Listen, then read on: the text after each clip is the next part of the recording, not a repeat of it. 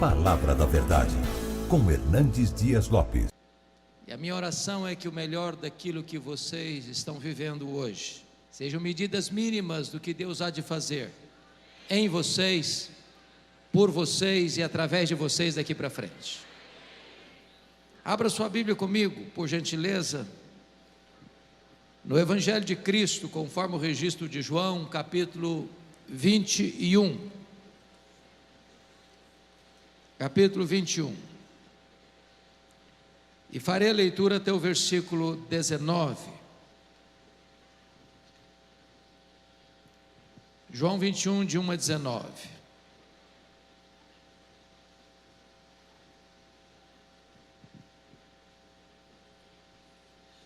Está escrito o seguinte: depois disso tornou Jesus a manifestar-se aos discípulos junto do mar de Tiberíades, e foi assim que ele se manifestou. Estavam juntos Simão Pedro, Tomé, chamado Dídimo, Natanael, que era de Caná da Galileia, os filhos de Zebedeu e mais 2 dos seus discípulos. Disse-lhe Simão Pedro: vou pescar. Disseram-lhe os outros: também nós vamos contigo. Saíram e entraram no barco, e naquela noite nada apanharam. Mas ao clarear da madrugada estava Jesus na praia.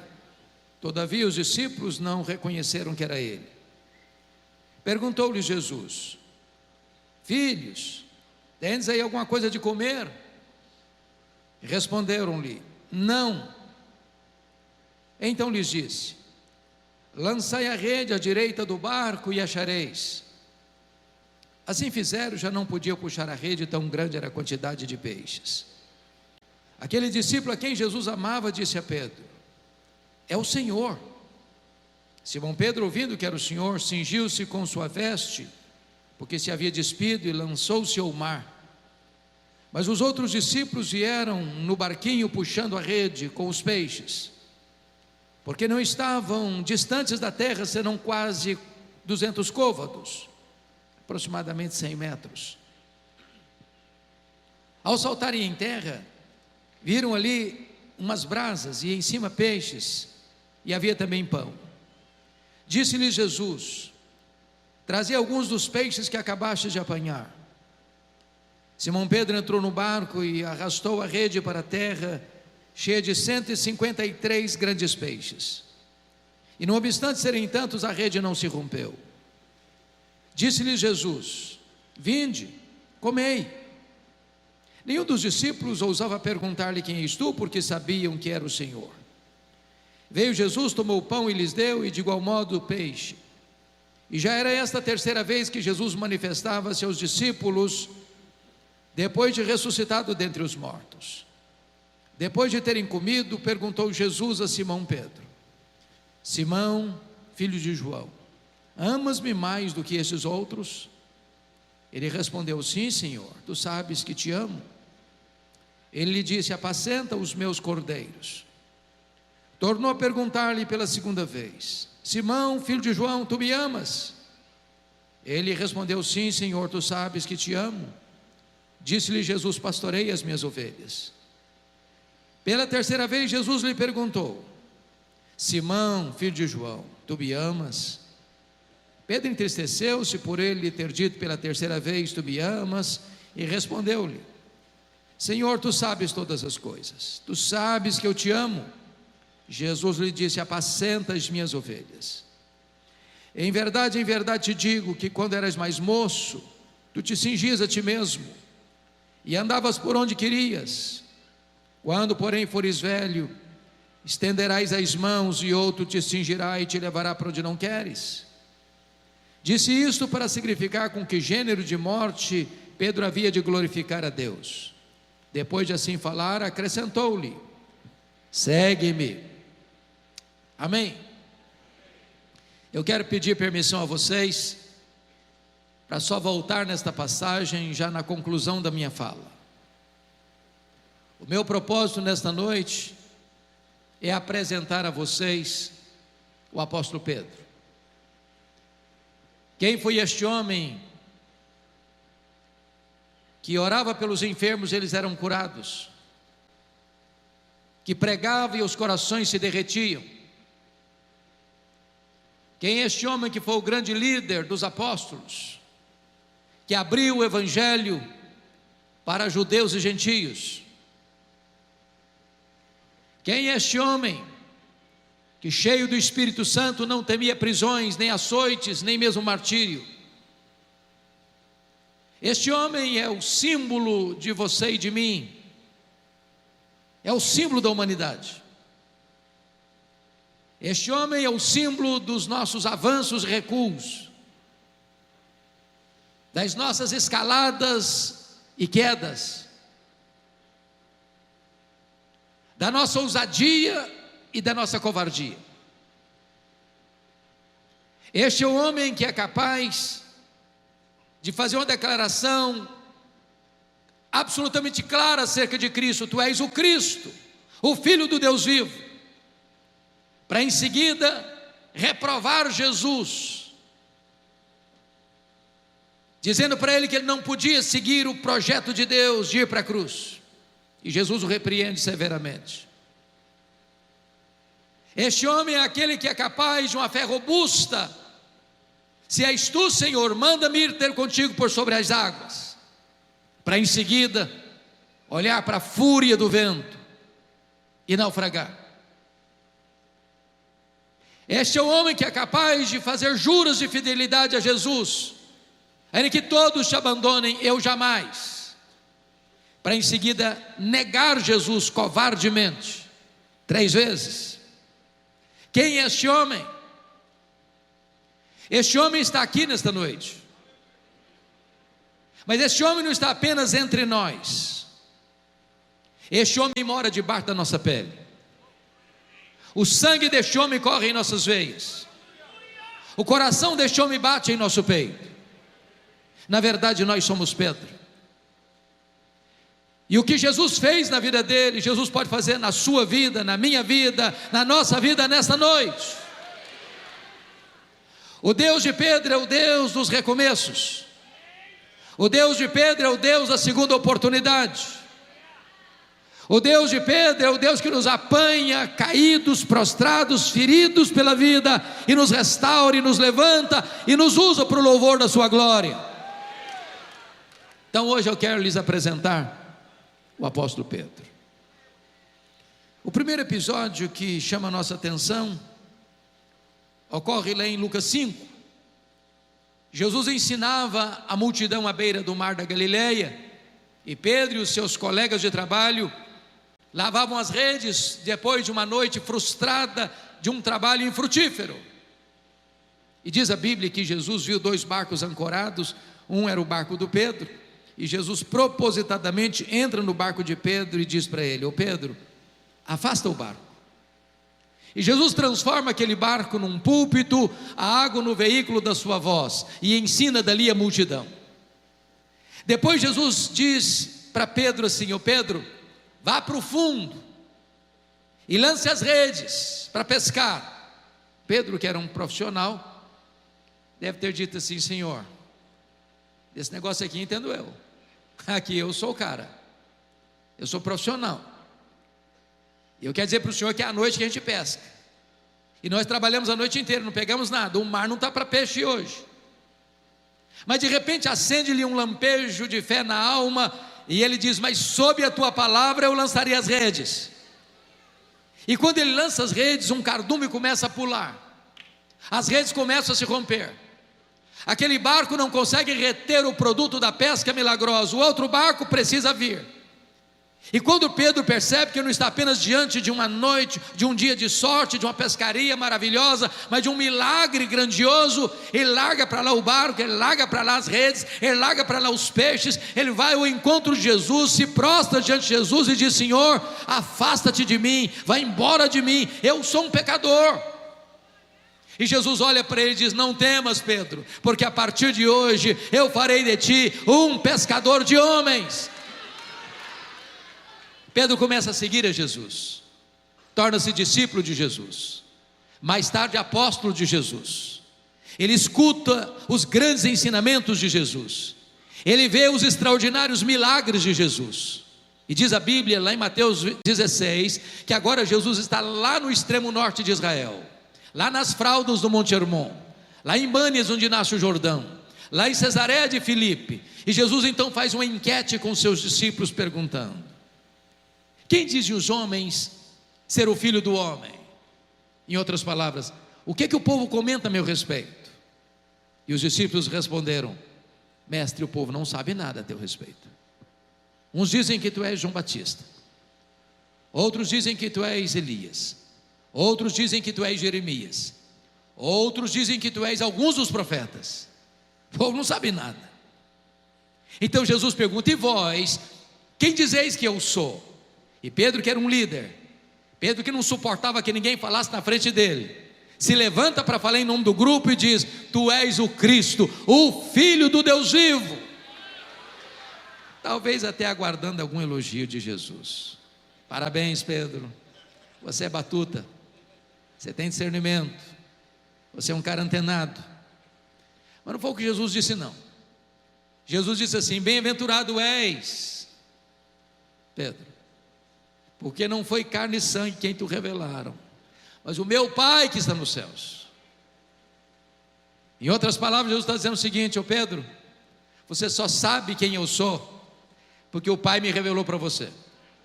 Porque se o Pai não tivesse me revelado para você, assim como os outros, também você não saberia quem eu sou. E eu também te digo que tu és Pedro, e sobre esta pedra eu edificarei a minha igreja, e as portas do inferno não prevalecerão contra ela. Está aqui, meus irmãos, um dos mais importantes textos da Bíblia, de cuja correta interpretação depende o futuro do cristianismo. A grande pergunta é: quem é a pedra sobre a qual a igreja está edificada? Há 3 interpretações na história da igreja. A primeira delas é que o próprio Pedro é a pedra. 800 milhões de pessoas no mundo pensam assim. Há uma frase em latim muito conhecida: ubi Petrus, ibi ecclesia. Onde está Pedro? Aí está a igreja. A segunda interpretação é que a pedra é a declaração de Pedro: tu és o Cristo, o Filho do Deus vivo. Onde a declaração é feita, aí está o fundamento da igreja. Mas a terceira interpretação, penso eu, que é subscrita por todos nós, ou se não pela maioria de nós, é que o próprio Cristo é a pedra fundamental sobre a qual a igreja está edificada. E o texto nos leva a essa conclusão. Se não, vejamos, na língua grega que foi escrito o Novo Testamento, há uma espécie de trocadilho entre a palavra pedra e a palavra Pedro.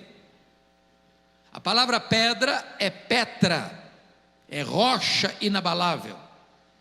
A palavra Pedro é Petros, é fragmento de pedra arrancado de um maciço rochoso. A palavra Petra é uma metáfora usada apenas para Deus, jamais para um ser humano. Então o que Jesus está dizendo é o seguinte: eu também te digo que tu és um fragmento de pedra, mas sobre esta rocha inabalável que sou eu edificarei a minha igreja. Mas também o pronome demonstrativo nos ajuda a entender. Vocês, jovens estudantes, e todo esse maravilhoso auditório sabe disso. A diferença entre esta e essa. No inglês, this, that. A mesma coisa no grego. Por exemplo, eu estou com a minha Bíblia, eu digo esta Bíblia. Se eu coloco a minha Bíblia no púlpito e me afasto, eu digo essa Bíblia. Se Jesus tivesse a intenção de dizer que Pedro era pedra, ele teria dito: eu também te digo que tu és Petros, e sobre essa pedra eu edificarei minha igreja. Mas não foi o que ele disse. Eu também te digo que tu és Petros, fragmento de pedra, mas sobre esta pedra, esta rocha, eu edificarei a minha igreja. Então Jesus está fazendo 4 declarações aqui. Primeiro, ele é o fundamento da igreja. O apóstolo Pedro entendeu tanto isso que no seu sermão em Jerusalém, ele diz que Jesus e não ele é a pedra. Também ele afirma isso na sua primeira carta, dizendo que Cristo é a pedra, o fundamento. O apóstolo Paulo, entendendo assim, disse lá em 1 Coríntios 3,11: ninguém pode lançar outro fundamento além daquele que já foi posto, o qual é Cristo Jesus. E na primeira carta aos Coríntios 10,4 ele diz: Cristo é a pedra, então o fundamento da igreja é Cristo. Mas mais, Jesus também é o dono da igreja. Ele diz: cara, é a minha igreja. A igreja não é sua, a igreja não é minha, a igreja não é nossa. A igreja tem dono, e o dono da igreja tem marca de cravos em suas mãos. Eu estava, pastor Felipe, lá em Campinas, visitando o pastor Aguiar Valvassouras, um querido pastor, um homem de Deus, pastor da igreja do Nazareno. E ele estava me levando para conhecer um novo projeto da igreja.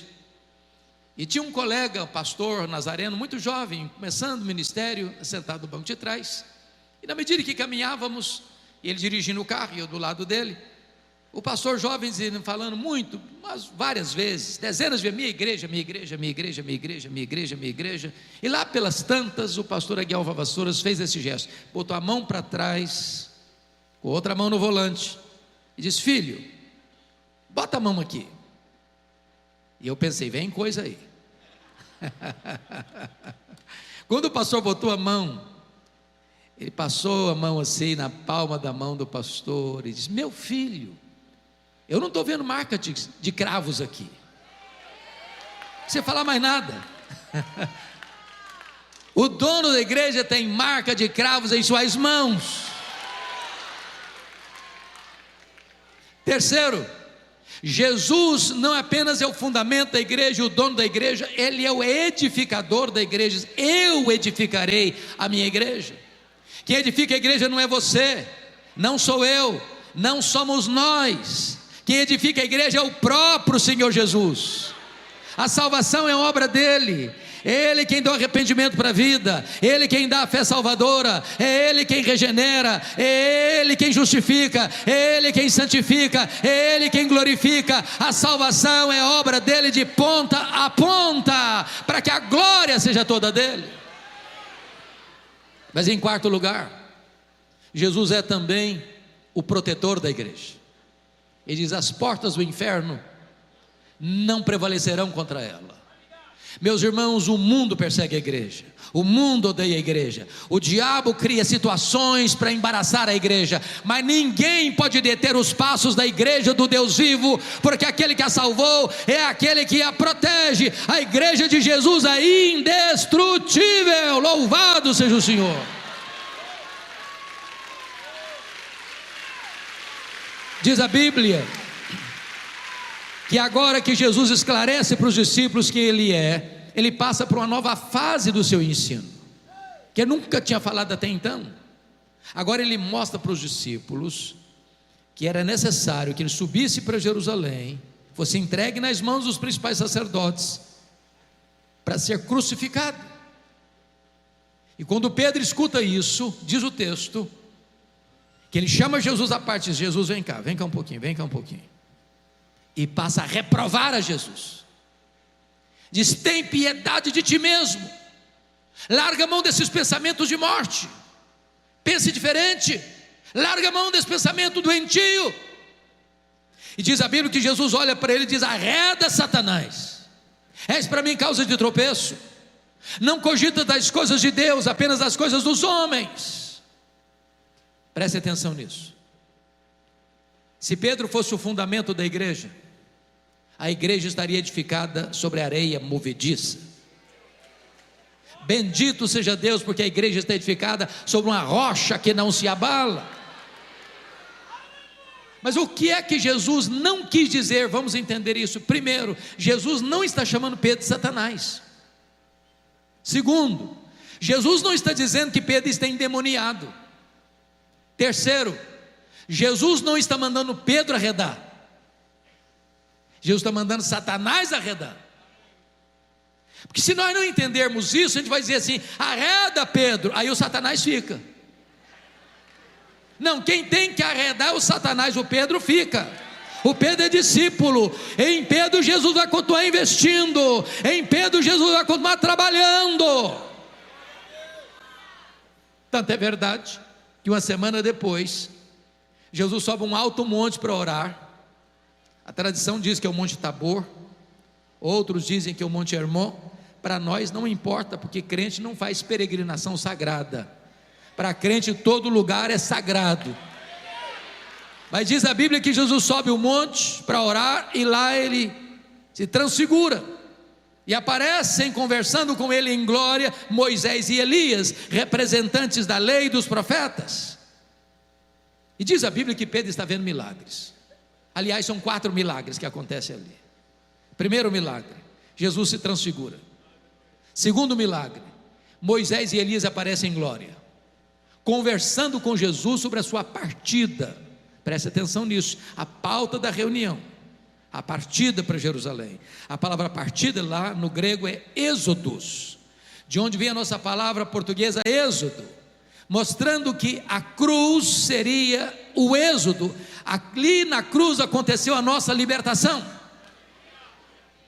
Terceiro milagre, uma nuvem luminosa os envelopa. Quarto milagre, de dentro da nuvem surge uma voz divina dizendo: este é o meu eleito, a ele ouvi. Por que eu estou lhes trazendo essas informações? Porque nós vivemos uma geração que corre atrás de milagres, e nós cremos em milagres, e nós pregamos sobre milagres, e nós esperamos milagres. Mas a ideia de que se eu testemunhar mais milagres eu vou crer mais, não é bíblica. A fé vem pelo ouvir, e ouvir a palavra de Deus. Você verá nesse monte 3 gerações representadas: a geração de Moisés, a geração de Elias e a geração dos apóstolos. Se você ler a sua Bíblia, você notará que essas foram as 3 gerações que mais viram milagres, mas foram também as 3 gerações mais incrédulas. Pedro está vendo milagres, mas ele não tem discernimento espiritual. E o primeiro discernimento que Pedro não teve foi sobre a centralidade da pessoa de Jesus. Diz a Bíblia que ele disse assim: mestre, porque ele achava que estava no controle: mestre, vamos fazer o seguinte, olha, vamos fazer 3 tendas, uma vai ser tua, outra vai ser de Moisés, outra vai ser de Elias. Diz o texto que ele não sabia o que estava falando. Sabe por que ele não sabia o que estava falando? Estava falando uma bobagem. Ele estava comparando e equiparando Jesus a Moisés e Elias, ao representante da lei, ao representante dos profetas. Mas Jesus não é apenas um grande homem, Jesus é o próprio Deus entre os homens. Ele é único, ele é singular. Segundo, Pedro está vendo milagres, mas ele não discerne não apenas a centralidade da pessoa de Jesus, mas ele não discerne também a centralidade da missão de Jesus. Vamos entender isso. Quando Jesus desceu do monte, diz a Bíblia que tinha uma multidão, tinha um pai aflito, filho endemoniado. Os discípulos não puderam libertá-lo. O pai recorre a Jesus, Jesus liberta o menino. E diz Lucas 9, 43 e 44, que diante desse grande milagre, todos se maravilhavam do quanto Deus fazia por intermédio dele. Todos quantos? A multidão toda, os discípulos inclusive. E Jesus viu nessa admiração um problema, uma tentação, um perigo. O mesmo problema que estava lá em João 6, que quando ele multiplicou pães e peixes, a multidão queria fazer dele um rei político, um Messias milagreiro, alguém para resolver os problemas do aqui e do agora. E Jesus fugiu dessa agenda e deixou para lá a multidão. Aqui a mesma coisa ocorre.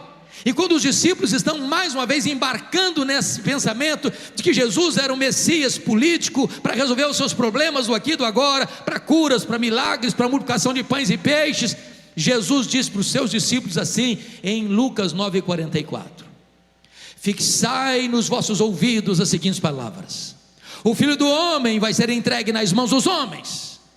Sabe o que Jesus está dizendo? Não pensem vocês que eu vou mudar minha agenda. Não pensem vocês que eu desci do céu para ser apenas um operador de milagres. Não pensem vocês que eu vim ao mundo apenas para resolver os seus problemas do aqui e do agora. Eu vim do céu para ir para a cruz. e é para a cruz que eu estou indo, e esta é a agenda do Pai que está traçada na eternidade, e eu não vou fugir dessa agenda. Entendam isso, eu estou indo é para a cruz. Mas Lucas 9,45 diz que os discípulos não entenderam isso, vendo milagres, sem saber quem é Jesus e o que ele veio fazer. Diz Lucas 9, 51 e 53, que quando Jesus desce do monte, todos podiam perceber no rosto dele que ele estava indo para Jerusalém, indo para morrer, e ele sabia disso. E agora diz a Escritura que ele está chegando em Jerusalém, a multidão o acompanha, uma outra multidão o espera, e ele entra pelo Monte das Oliveiras, vai descendo o Monte das Oliveiras, vai cruzando o Vale do Cedron, vai subindo as encostas do Monte Moriá, lá está a entrada da cidade. Diz Lucas que o povo canta e Jesus chora convulsivamente. Chora porque Jerusalém não aproveitou o tempo da sua visitação, chora porque Jerusalém matou os profetas e haveria de crucificá-lo, chora porque Jerusalém seria entregue nas mãos dos romanos e seria arrasada e devastada até os fundamentos. Quando Jesus entra na cidade, Jesus diz para Pedro e João assim: vocês vão preparar para mim um lugar para que eu possa comer a Páscoa com vocês. Prepara um cenáculo no Monte Sião. Chega quinta-feira à noite, a mesa está posta, cordeiro assado, pão sem fermento, ervas amargas, vinho, e do lado uma bacia com água e uma toalha.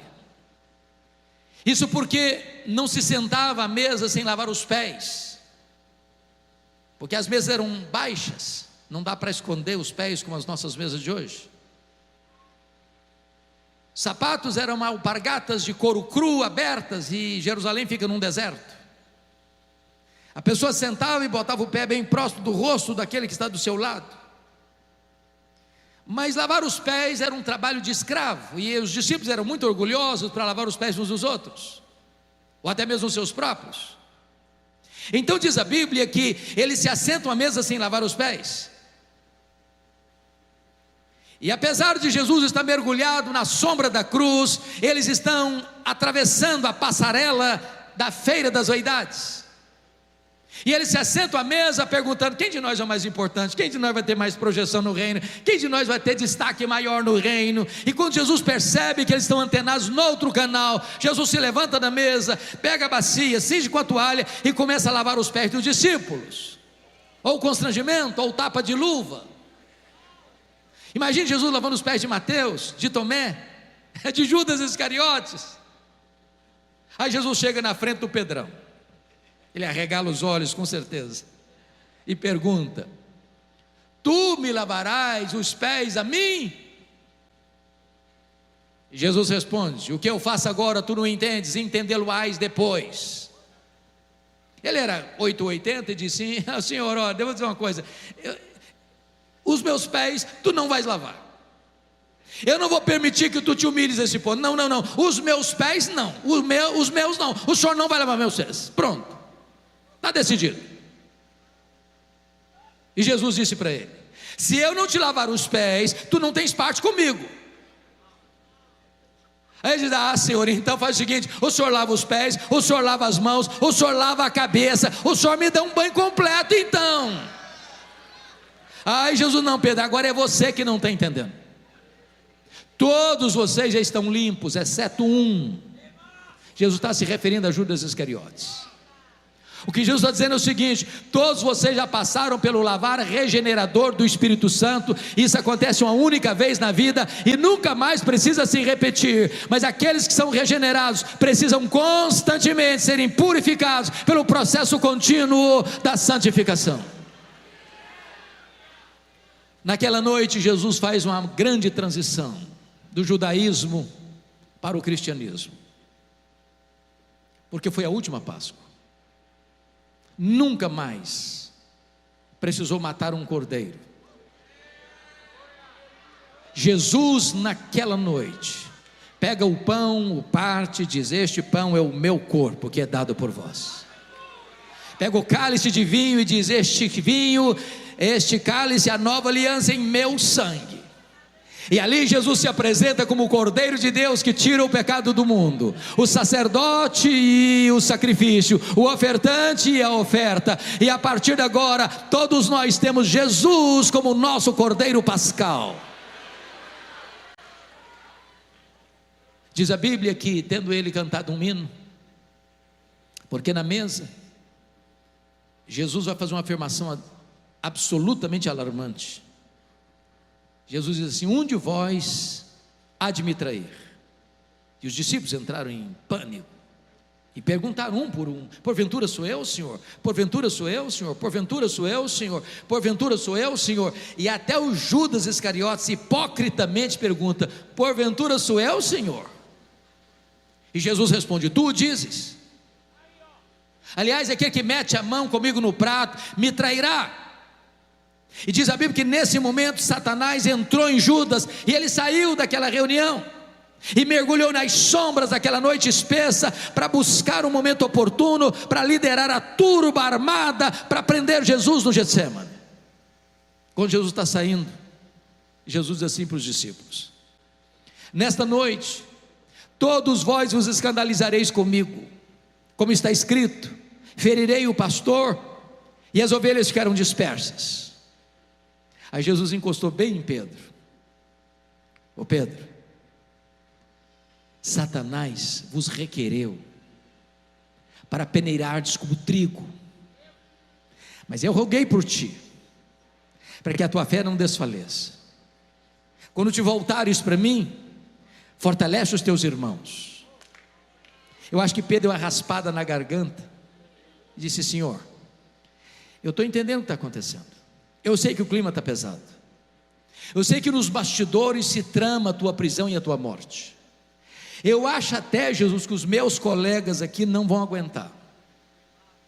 Eu acho que eles, na hora que a coisa pegar, eles vão fracassar. Mas deixa eu dizer uma coisa para o senhor: eu sou um homem batuta, eu aguento pressão, a corda não rói do meu lado.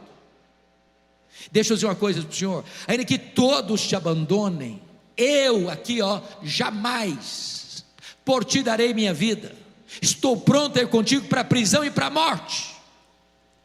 E Jesus olha firme para ele e diz: pois em verdade te digo que nesta mesma noite, antes que o galo cante, tu me negarás 3 vezes. Acho que o Pedrão calou. Desceram o monte Sião, atravessaram o vale de Cedron, mergulharam nas fraldas do monte das oliveiras, onde havia uma prensa de azeite, e quando chega ali, diz a Bíblia, que Jesus deixa 8 discípulos para trás, pega Pedro, Tiago e João e diz: vocês vêm comigo.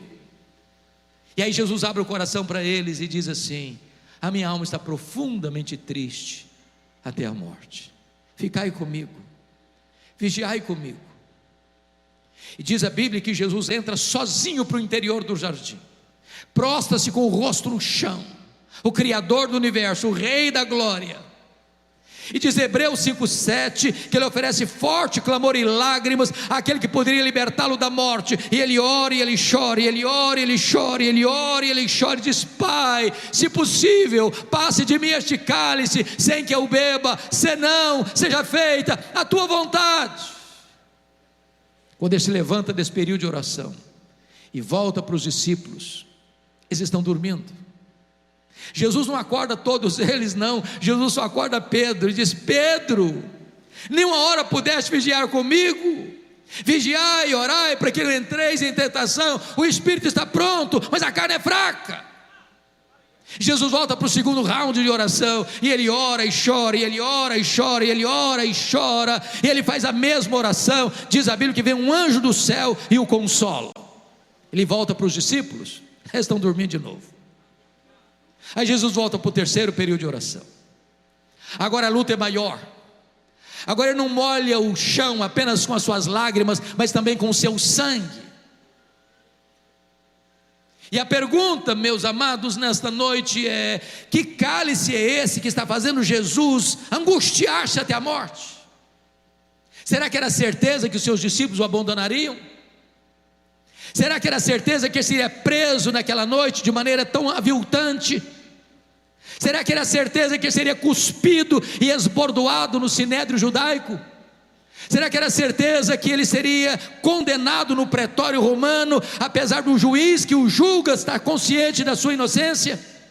Será que era certeza que carregaria pelas ruas apinhadas de Jerusalém, debaixo de apupos e vaias de uma multidão ensandecida, dizendo: crucifica-o, crucifica-o? Será que era certeza que ele seria esticado naquele leito vertical da morte, suspenso entre a terra e os céus, sofrendo sede, cãibras e dores horríveis? E a resposta é 1000 vezes não. Que cálice era esse? Irmãos, este cálice era a santa ira de Deus, que deveria cair sobre a sua cabeça, sobre a minha cabeça, sobre a nossa cabeça. Este cálice era a certeza de que ele, sendo amado do Pai, ele seria rejeitado daquela cruz e gritaria: Deus meu, por que me desamparaste? Este cálice era a consciência que ele, sendo santo, santo, santo, seria feito pecado por nós, sendo ele bendito eternamente, seria feito maldição por nós. Era a certeza de que o próprio Pai viraria o rosto dele e aplicaria nele o golpe da lei que devia cair sobre nós, porque o Pai lançou sobre ele a iniquidade de todos nós, e agradou ao Pai moê-lo naquela cruz.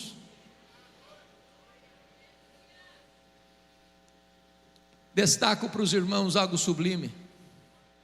Depois do terceiro período de oração, não tem mais angústia em Jesus.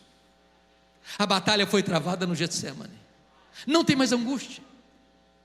Quando Jesus se levanta do terceiro período, ele vai lá para os discípulos e dá uma balançada neles: acordai, vamos-nos, o inimigo se aproxima. O Pedro pega a espada, decepa a orelha do Malco, e Jesus: guarda essa espada, Pedro, se eu precisasse desse tipo de ajuda, eu rogaria ao Pai, ele me mandaria mais de 12 legiões de anjos, mais de 72 mil anjos. Quando a turba chega armada, Jesus não se esconde atrás das oliveiras históricas daquele jardim. É Jesus quem se apresenta e pergunta: a quem buscais? A Jesus o Nazareno. Pois sou eu. E caíram por terra. A partir de agora, Jesus vai para o sinédrio, e eles cospem nele, e eles esbordam a cabeça dele. Ele está firme como uma rocha. Ele é levado para o pretório romano, e quem está confuso e perturbado é o governador Pôncio Pilatos. Ele está firme, resoluto. Ele caminha para a cruz, as mulheres choram, e ele diz: por que vocês estão chorando por mim? Não chorem por mim, chorem por vocês, chorem pelos filhos de vocês. Ele é pregado na cruz e transforma aquele patíbulo de horror num palco para a glória de Deus e num instrumento para a nossa salvação. Ele ali discursa as maiores verdades da fé cristã. Pai, perdoa-lhes, hoje mesmo estarás comigo no paraíso. Mulher, eis aí teu filho, filha, eis a tua mãe. Deus meu, por que me desamparaste? Tenho sede, está consumado, nas tuas mãos entrego o meu espírito. Pedro, covardemente, também foge naquela noite, começa a seguir Jesus de longe. E aí diz a Bíblia que ele, acompanhado de João, meio aparentado do sumo sacerdote, consegue entrar lá na casa do sumo sacerdote, e fica lá onde tem um braseiro, no pátio. A noite está fria, ele quer se aquentar.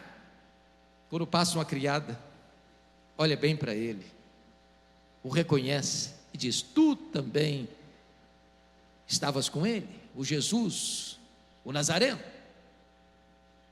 O Pedro nega diante de todos: eu não sei o que dizes. Aqui não está bom. Ele vai lá para o alpendre, tenta se esconder por lá.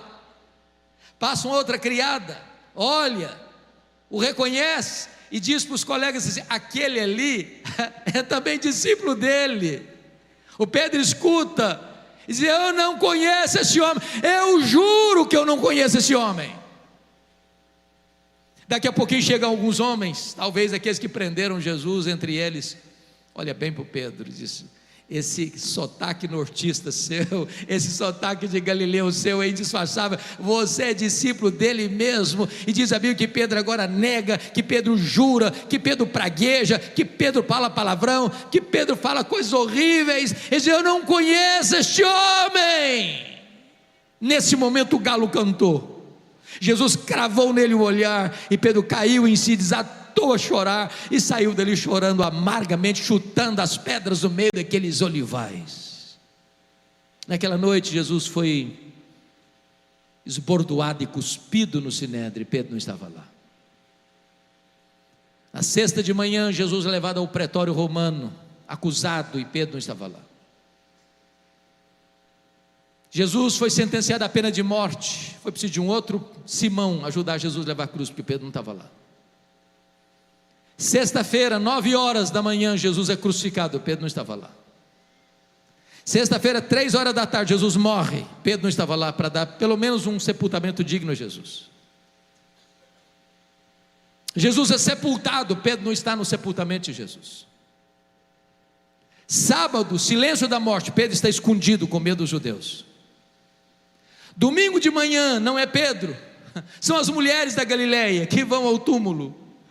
Quando chegam, a pedra está rolada. Quando elas olham, o túmulo está aberto. Quando elas entram, o túmulo está vazio. Quando elas saem, um anjo pergunta para elas: o que vocês vieram fazer aqui? Procurar entre os mortos aquele que está vivo. Ele não está mais aqui não, ele ressuscitou.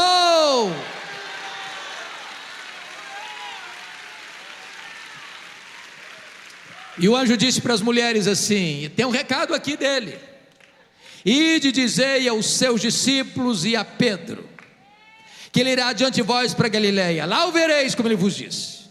Por que a menção do Pedro, se ele já era discípulo e o primeiro deles? É porque Jesus sabia que Pedro havia desistido. Pedro, Petros, fragmento de pedra, mentira, pó, apenas pó. Negou seu nome, negou sua fé, negou seu apostolado, negou o seu Senhor. Pedro desistiu de Jesus, mas Jesus não desistiu de Pedro. Eu quero dizer para você nesta noite que apesar dos seus deslizes, apesar dos seus fracassos, apesar das suas quedas, Jesus não desiste de você. Ele não abre mão da sua vida, Ele não perde você de vista. Ele ama você, Ele quer você, Ele restaura você, Ele põe você de pé outra vez. Ele é o Senhor da segunda oportunidade. Agora imagine comigo a viagem de Jerusalém a Galileia. São 153 quilômetros a pé. Eu fico pensando, Felipe, que cada passada do Pedro era uma fisgada na alma, era uma martelada na consciência. Eu acho que ele ia caminhando e pensando assim: quando Jesus se encontrar comigo, ele vai me arrebentar todinho, ele vai me quebrar pelo meio, ele vai botar o dedo no meu nariz e dizer que eu sou um fracasso, que eu sou um covarde, e eu sou mesmo.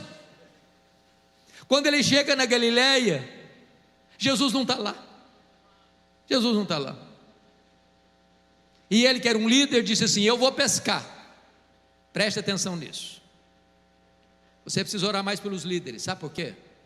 Não tem líder neutro. O líder é uma bênção ou é um problema. Neutro não é. John Maxwell disse que liderança é influência. O líder sempre vai influenciar. Porque o Pedro era um líder e dizia: eu vou pescar. Os outros disseram: pois nós vamos contigo. Mas o que significa eu vou pescar? Estou estressado? Preciso de um troco? Não. Quando o Pedro diz eu vou pescar, ele está dizendo o seguinte: fim de linha para mim, acabou. Não tem mais futuro, não tem mais sonho, não tem mais projeto. Vou voltar para o passado, vou voltar para as redes, vou reabrir minha empresa pesqueira. Esse negócio de apostolado não dá mais para mim, acabou o sonho. Naquela noite diz a Bíblia que eles nem uma piaba conseguiram pegar. Quando o homem se afasta de Deus, nem pescar consegue mais. A noite está acabando e as redes estão vazias. E eles estão voltando ainda de noite, meio escuro. Alguém caminha lá na praia, ele não sabe quem é. O barco está a 100 metros da praia. E de repente aquele que está aqui na praia se dirige a eles lá no barco assim: covardes! Foi assim? Não. Filhos,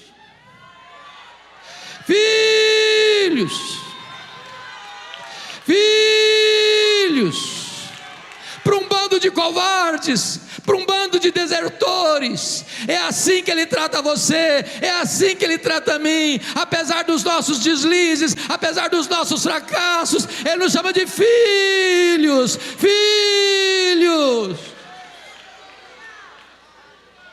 Tendes aí alguma coisa de comer? Eles responderam: não. É claro que Jesus não precisava dessa informação. Ele não está fazendo essa pergunta porque precisa ser informado, não. Ele está fazendo essa pergunta para acordar a consciência deles. Então Jesus diz assim: lançai a rede à direita do barco e achareis. Aquele a quem servimos nesta noite, a quem estamos agradecendo pelos 10 anos dessa igreja nesta noite, é o Deus que manda no céu, é o Deus que manda na terra, é o Deus que manda no mar. E o Senhor empurra um cardume de 153 peixes selecionados para o lado direito do barco, e quando eles lançam as redes, os peixes começam a pular, e João diz: ô Pedro, é o Senhor, Ele chegou, é Ele, Pedro, Ele está aqui, Pedro. E Pedro mais uma vez: larga para lá o barco, larga para lá as redes, larga para lá os peixes, nada 100 metros, coração acelerado, e diz: agora Ele vai me quebrar, Ele vai me arrebentar todo. E quando ele chega na praia, um susto, ele vê um braseiro com pão e com peixe. Só tem 2 lugares no Novo Testamento onde aparece a palavra braseiro. Foi onde Pedro negou Jesus e onde Pedro foi restaurado por Jesus. Sabe por que Jesus plantou aquele braseiro ali? Para armar a cena da queda do Pedro, para curar a memória do Pedro, a psique do Pedro, e dizer: meu filho, sabe por que eu botei esse braseiro aqui? Para dizer para você uma coisa: na mesma geografia, no mesmo cenário que você me negou, você vai ter chance de me confessar. Aonde você caiu, eu vou te levantar. Aonde você foi um problema, você vai ser uma solução. Aonde você fracassou, eu vou restaurar a sua vida. Sabem por quê? Porque a graça de Deus é maior do que o nosso pecado.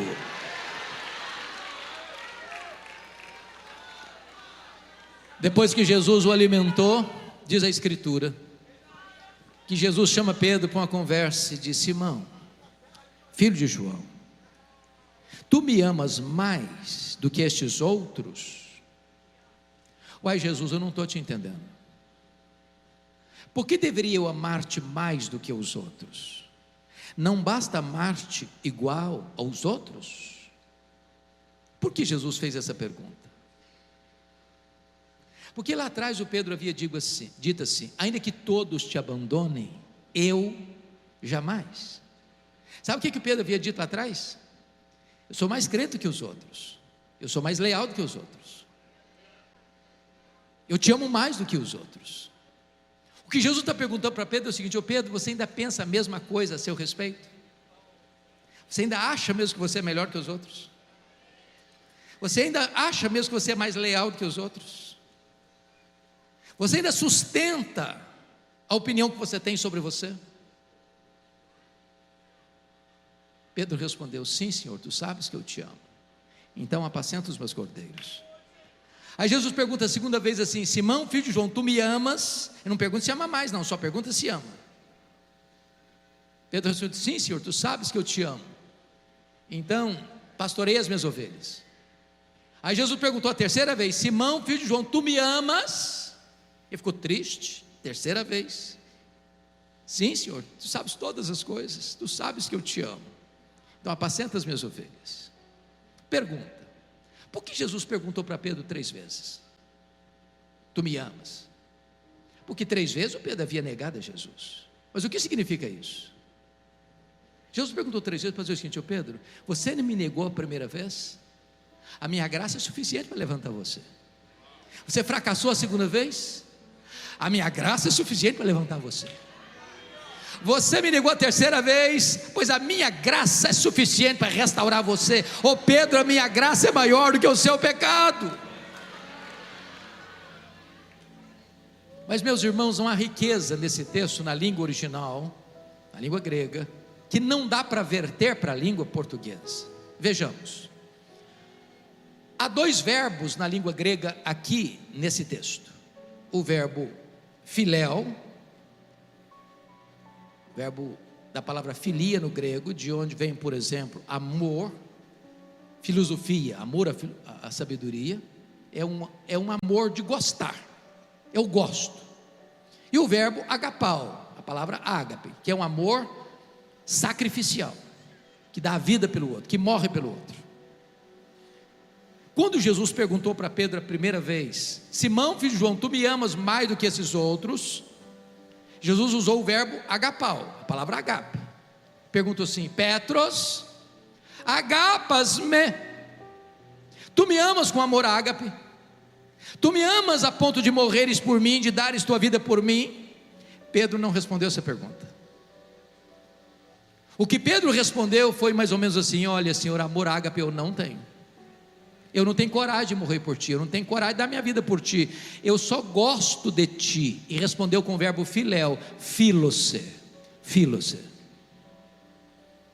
Aí Jesus fez a segunda pergunta do mesmo jeito: Petros, agapas-me? Tu me amas com amor ágape? Tu me amas a ponto de morreres por mim? Pedro não respondeu essa pergunta de novo. Ele respondeu assim: ó Senhor, amor ágape eu não tenho. Eu não tenho coragem de morrer por ti, eu não estou pronto a dar minha vida por ti, eu apenas gosto de ti. Respondeu de novo, filose, só isso. Eu te amo, um amor filéu, eu gosto do Senhor. Por que o Pedro ficou triste a terceira vez? Porque Jesus mudou a pergunta.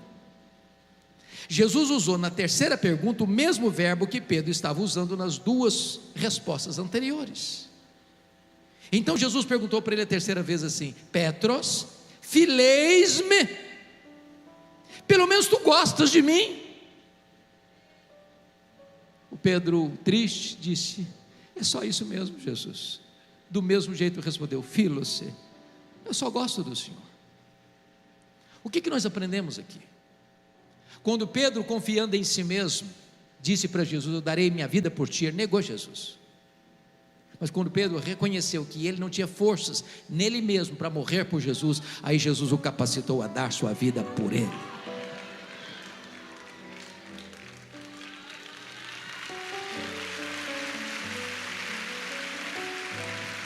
Mas notem, meus irmãos, que Jesus está apenas aqui restaurando a vida de Pedro. Jesus está também restaurando o ministério de Pedro. Talvez nesta noite haja alguém aqui que já foi gente em linha de frente, de vanguarda, de liderança, mas que diante dos fracassos da vida, das lutas da vida, das intempéries da vida, caiu, se arrebentou. Um deslize moral, um problema no casamento, um problema na vida, e começou a voltar para suas redes, para o seu passado. Diz: para mim não tem mais jeito, para mim não tem mais esperança.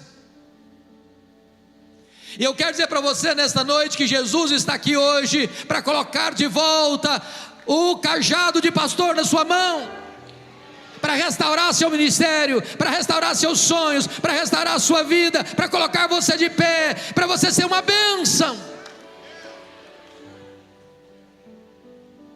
A partir de agora, irmãos, Pedro é um outro homem.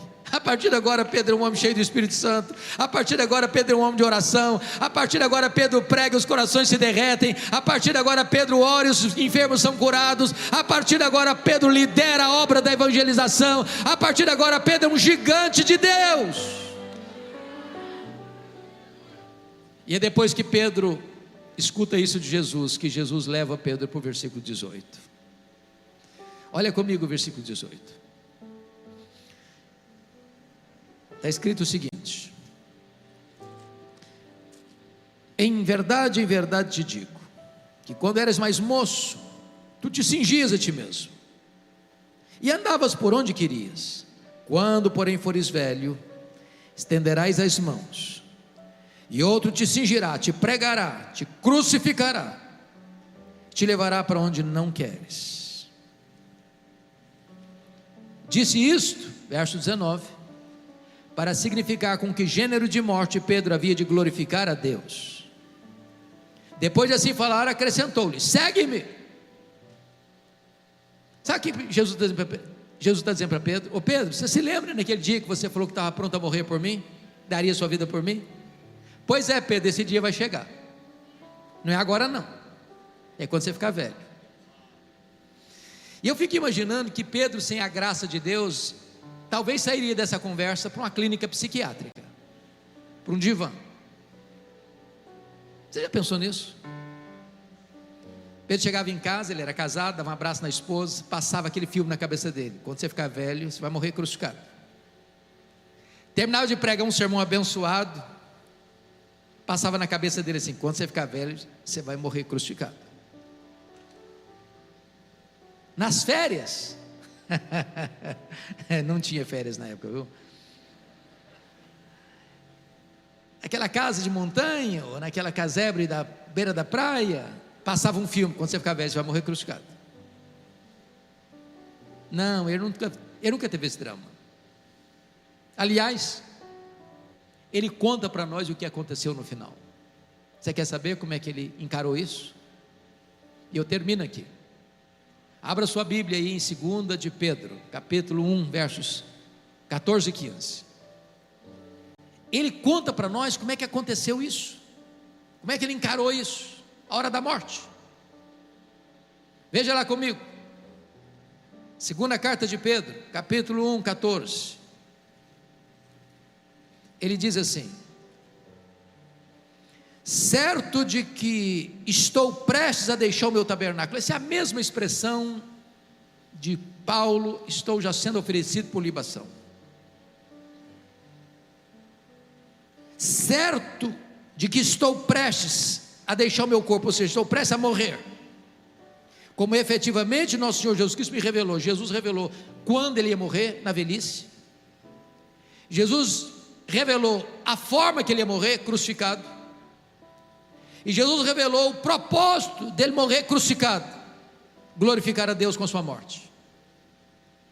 Então não tem nenhuma morte mais profetizada na Bíblia que a morte de Pedro. Mas como é que ele encarou isso? Mas, versículo 15: de minha parte, esforçar-me-ei, de que maneira?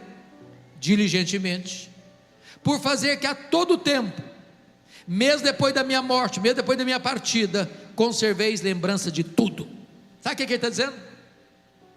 Roma vai me matar, eu vou ser crucificado, mas Roma não tem poder de calar a minha voz. A voz do Evangelho vai continuar ecoando e ressoando pelo desdobrar das gerações. Pedro vai morrer, mas a pregação de Pedro vai continuar. Esse auditório hoje é uma prova disso. A voz do Evangelho não pode ser calada. Não tem autoridade humana, não tem corte, por mais igreja que ela seja, não tem demônio, por mais terrível que seja, que possa calar a voz da igreja, a voz do Evangelho, porque esta palavra vai ecoar, esta palavra vai vibrar, esta palavra vai salvar, esta palavra vai libertar, e a palavra de Deus vai prevalecer. Deus sepulta os seus obreiros, mas a sua obra continua, a sua obra continua, a sua obra continua.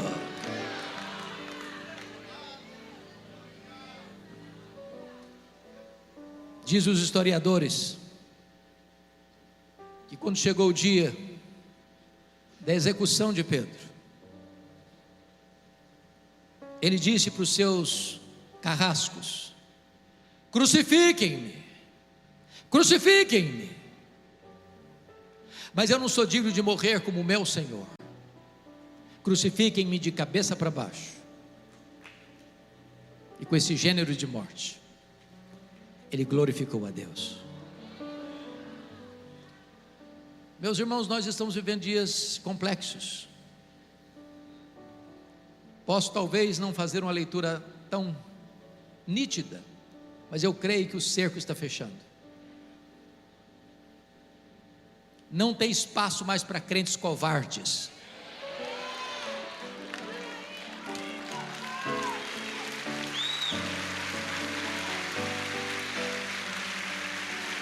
Nós precisamos entender a verdade do Evangelho. Se vivemos para o Senhor, vivemos. Se morremos para o Senhor, morremos. Quer pois vivamos, quer pois morramos, nós somos do Senhor. Que aqui se levante um exército de crentes cheios do Espírito Santo, valentes, ousados, corajosos, prontos a viver e prontos a morrer por causa do Evangelho. Que Deus abençoe esta amada igreja. Amém.